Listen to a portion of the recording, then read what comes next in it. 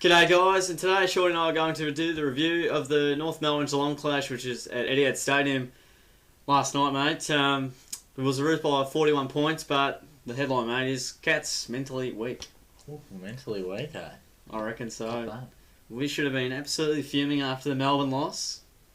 We had 20 days to think on it, have a bit of a sleep on it. Yeah. A nice long break, and we are terrible off breaks by history, but what we put up was abysmal. Pathetic, terrible, whatever you want to call it.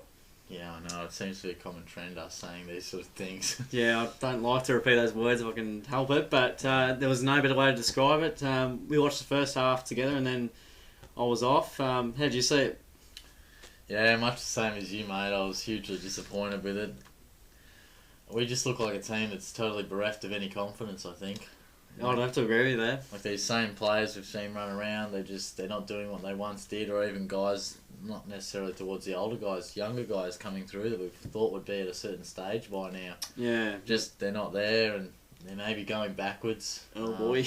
Which confidence will do when you don't have confidence in your game. Exactly. We just look like the main feel I got from the whole game was we were second guessing our natural instinct every time.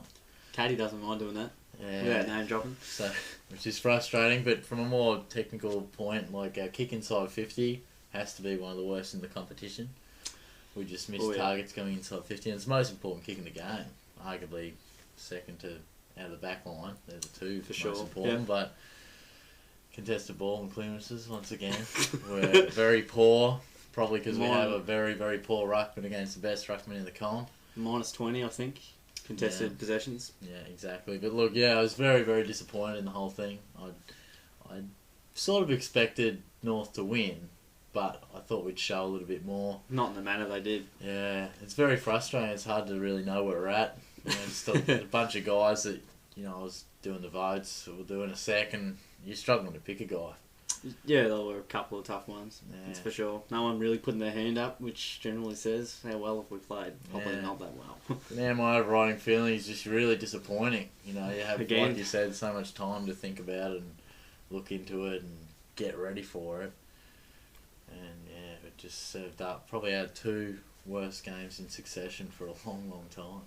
And even though they're a month apart. Yeah, exactly. And it seems to be a common theme of just not coming out to play. I mean, I guess we sort of did, but we couldn't capitalise on the scoreboard. But it seems to be a common theme. We just don't show up almost. Do you find that? Oh, yeah, it's tough to say. Like, I thought they came out alright. Yeah, I can't disagree there. But yeah, were they switched on? Maybe not. That's probably what I was alluding to. Yeah, because they still didn't make the most of it, which a switched on side does. Exactly, and could talk a bit about the tackling there with so many missed tackles. I'll get into my points soon, but discuss these finer bits first. So many missed tackles, and generally leading to a score for the Roos, which was incredibly disappointing, and that is all mental. Yeah. To tackle and have intent, it all is above the shoulders. Yeah, it's just a real lack of direction. I mean, I don't know where it's heading. As I watch, I'm not sure. Are we meant to be a quick side, a contested side, a inside 50 high mark side? What are we doing? How is our ball moving? Do we go through the corridor anymore? I don't even know. Yeah, I haven't seen much of it lately. I mean, do we try? Do we fail and try again? I just like to see some consistent from week to week thing. The most consistent thing we do is lose the clearances, and it's just does me head in. Oh, mate, that doesn't it for us all, but I'll get into my final points. But terrible disposal and goal kicking as well, which has been a strength of ours this year. They say bad kicking is bad football, and it was right on display there. We couldn't hit a target, 10, 15 metre kicks just going over the heads of players. And I hate naming players, but Joel Selwood, mate, and you'd have to agree with me here, has just been in terrible form, but his kicking in particular into the 50 and hitting targets in general has been shocking. Yeah, I'm not sure what's going on with him there. Consistently over the head. Consistently, yeah. I think you might have to just throw a bit of rice over his head, mate. Yeah, next time I see him at Coles. Yeah, do it. But this sort of leads into the cohesion between players, which is a point that's popped up a few times. And again, it's another little mindset thing of just players not knowing where they're at. As you said, the lack of direction probably highlights it as well. Midfields and forwards probably the biggest one. Kicking inside 50, which leads to that as well, which has been terrible. They just don't seem to know where they're running. I mean, you think they train it and train the house down about it. They just can't seem to get it rolling for them nicely. So I don't know what's going on there. But the kick inside 50 was high, long to Hawkins or nothing almost, or straight to North Melbourne, which was just incredibly frustrating. And mate, you talked about the handball to kick ratio a few weeks back, maybe even last year. I think they had like 50 more handballs or something, and that's generally indicative of pressure from the opposition. Yeah. When we've been kicking like 1.2 to 1.3, we've been winning. I think that was probably last year, but I think that could certainly mount a case for this year as well. So. Yeah, it was a good, and I'll just quickly touch on, we just watched Chris Scott's presser. We did? Yeah, a bit baffling as always, Chris, but yeah, he was just sort of saying there were some positives, which I'm sure when you really delve into it were, but I don't think any were too obvious, and that they'll hone in on the positive. Which, I don't know whether that's a throwaway line or not, but I mean, sure, take the positive, take it, but hone in on the negative, surely. Exactly. I mean, highlight them if you want. Well, I feel it's just a bit of a throwaway line that we're a positive club, but yeah, I don't know, mate. He lacks grunt, I must say. Like, look at I was talking to my nan earlier on, and she said, Damien Hardwick a few weeks back when the Tigers were up against the Giants, and he was getting into blokes, getting stuck in them. You don't see Chris Scott do that. He's almost too composed, if you like. We want to see some emotion from him. Yeah, and we've said this in the past as well. So, but to sum up the whole game, North were good, okay, but we were just terrible, and they capitalised on that, and their pressure was good. That's about it. Yeah, you summed it up. They made us pay for our poor mistakes. That's it. Because we had chances. We made the play in the first quarter, and I guess a bit in the third as well. Start of the third. So yeah, just a terrible, disappointing performance once again, and I'm sick of saying it. I know, mate. we both are. But onto the votes now. We'll go with you first, mate. All right, mate. It feels like ages since I've given votes, doesn't it? Oh, well, it's been a long time since we've done a review since the Melbourne game. I don't think I gave votes in the Melbourne game. No, you might have given one vote, but that's about it.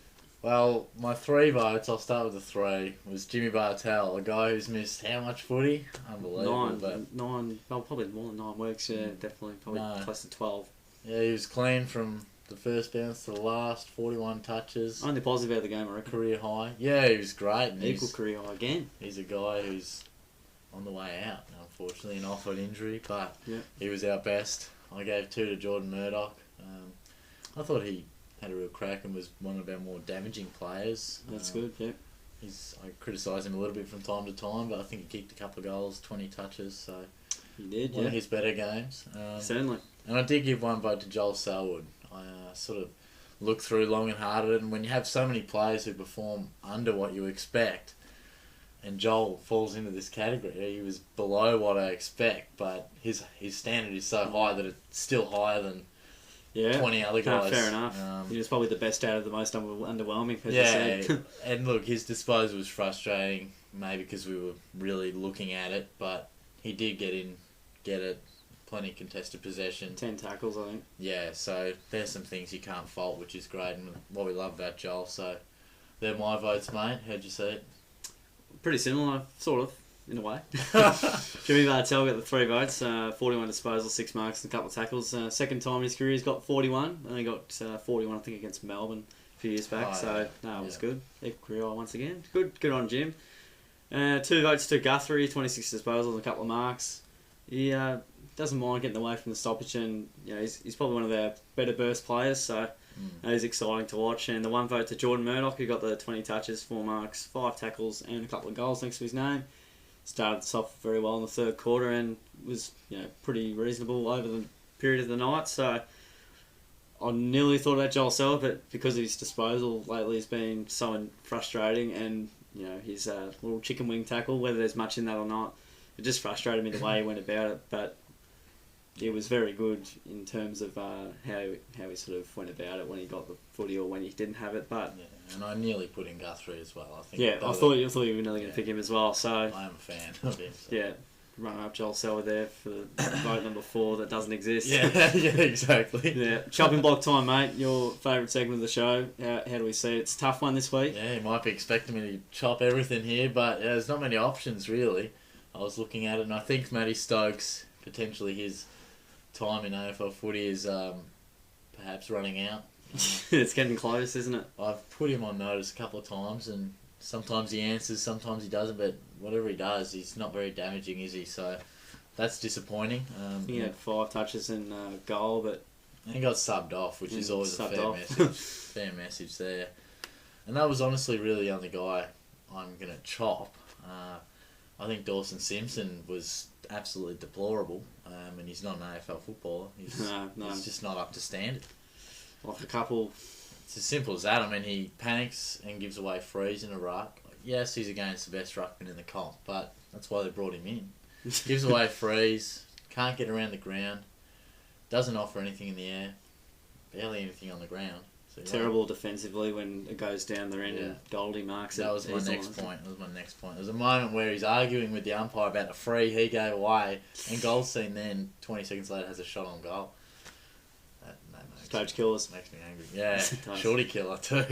But, as far as people to bring in, Jan, so I actually saw the VFL live. You covered it this week. Yep. Yeah, Daniel Menzel got through in flying colours, which is great. But from the guys who could possibly come in, Jansen, Hall and Smith, they were all right. I mean, they didn't smash the door down saying pick me, but they were all right. And Sam Blease was not too bad as well, but I think he's probably more off the halfback flank. Looks like they're bringing him. Yep. Do need to use it through the halfback. Besides Thurlow and College Asney is always close. So whether there's a spot for him, I'm not sure. But we do have to transition. And probably not till next year. Yeah, probably not. But or late this year. And the Joel Selwood tackle, is he going to get weeks, mate? I reckon he will get at least one. So I reckon they'll grade it 2 down to 1. But yeah, someone said it happens 100 times a game, and I think it'll probably Scotty actually. I can't remember, but the fact that it was done in that malicious manner, and McMillan wouldn't have pushed him if he didn't think it was out of the ordinary. Judd got 4 weeks for it, maybe down to 3 a couple of years ago. Different kind of technique, how he just randomly grabbed his arm, but out of nowhere, where Selwood looked like he was maybe trying to inflict more pain. I'm not too sure, but I don't think the match review panel will see it lightly. What do you reckon? Well, I don't think he'll get any weeks, to be honest, mate. I don't think he'll get a slap across the wrist, but having said that, I wouldn't be surprised if he got 1.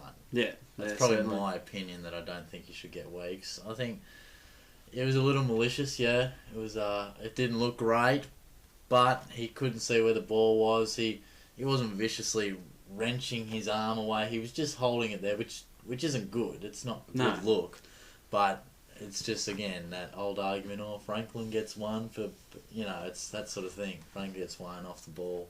Yeah, exactly. Bumps a bloke. Do we want to give Selwood 1 for that? They never add up, but we'll see. Yeah.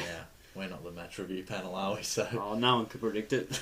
No, but there's a chopping block done and dusted, mate. So, interesting period we're at, and it's only going to get more interesting and possibly more frustrating. I hope not, because I know we're better than what we're producing at the moment. That's a frustrating point. But take a look at next week's game for us, mate. We've got the Western Bulldogs at Simmons Stadium, and again, every game is hard, but speaking of games, this is a very dangerous game for us. The Dogs got us... we got the Dogs last year by 13 points. I think it was at Simmons. It was a very wet game and a very low-scoring game. I think we got like 60-something points, and they got 47. So it was very low. I don't even remember it. It was that bad. I mustn't have been there. No, it was a very dour affair, but the Dogs, 10-goal last quarter against the Suns. I think all their assets expose our greatest liabilities. Their run and spread, their ability to convert, the cohesion between their players is much better than ours. We've been terrible at Simmons this year. I don't think it's going to improve too much. We've been waiting for a response from that Melbourne game. Probably been waiting a response for lots of games, really, but didn't get it against North Melbourne. I don't see it happening again. I think the Dogs will get us. We were a good side last year. I mean, we finished 3rd, so nearly at our end of our best, if you like. The Dogs nearly beat us, and the Dogs have improved immensely this year, and we've gone down a lot. So one team's gone down a lot, one's gone up a lot, and a close game last time leads me to go to the Dogs. Yeah, it's a top 8 side versus a bottom 8 side, isn't it? Yeah, that's correct. The distinction is clear now. Possibly a month ago, it's like, who's going to take those spots? But the distinction is there. So it sure is. Yeah, it's tough, mate. I mean, if it was played anywhere else in Australia, I'd tip the Dogs in a heartbeat because they're a very exciting side. But the only thing that says Cats a bit of a chance is, yes, it's at home, and I know we've been in poor form, but it is our home ground, and I think we've had some sides that have been right up and about, or just really good sides that have beaten us, which is not an excuse for us being poor, but they have been pretty tough opposition, and the only small thing is more so the Dogs that they can be inconsistent. Yeah. Being a younger side, travel is tough. There are a few demons coming down here, but yeah, I don't know. I'll need another 10 minutes to think about it before we do the tip video. I don't even know who I'm going to tip really, but I can't seem to tip Geelong with any confidence. So they could almost answer it there, maybe. Yeah, exactly right. But you'll have to check out the tips video to find that one out. But yeah, he's just giving us a bit of a finishing off on a teaser. Yeah, that's all right. Yeah. You can watch the tips. Yeah, watch them, mate, because I just don't know what's going to happen. And is it Saturday afternoon?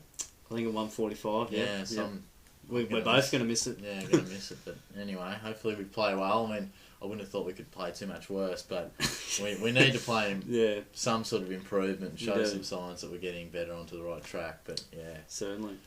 It's not happening, mate. No, not at the moment. The Cats are down and out for the meantime. Season was probably over last game we played, which was against Melbourne, but I think we called it, didn't we?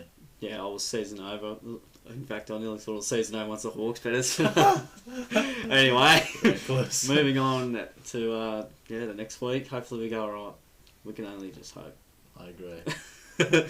Hopeful supporters right here, guys. That's the review from us with the North Melbourne beating us by 41 points. Don't forget to like the video if you enjoyed it.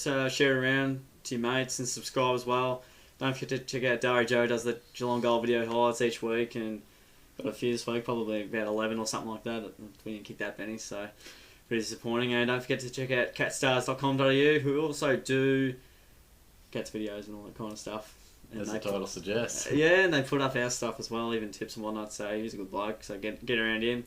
And thanks for sticking around, guys, and we'll see you all soon.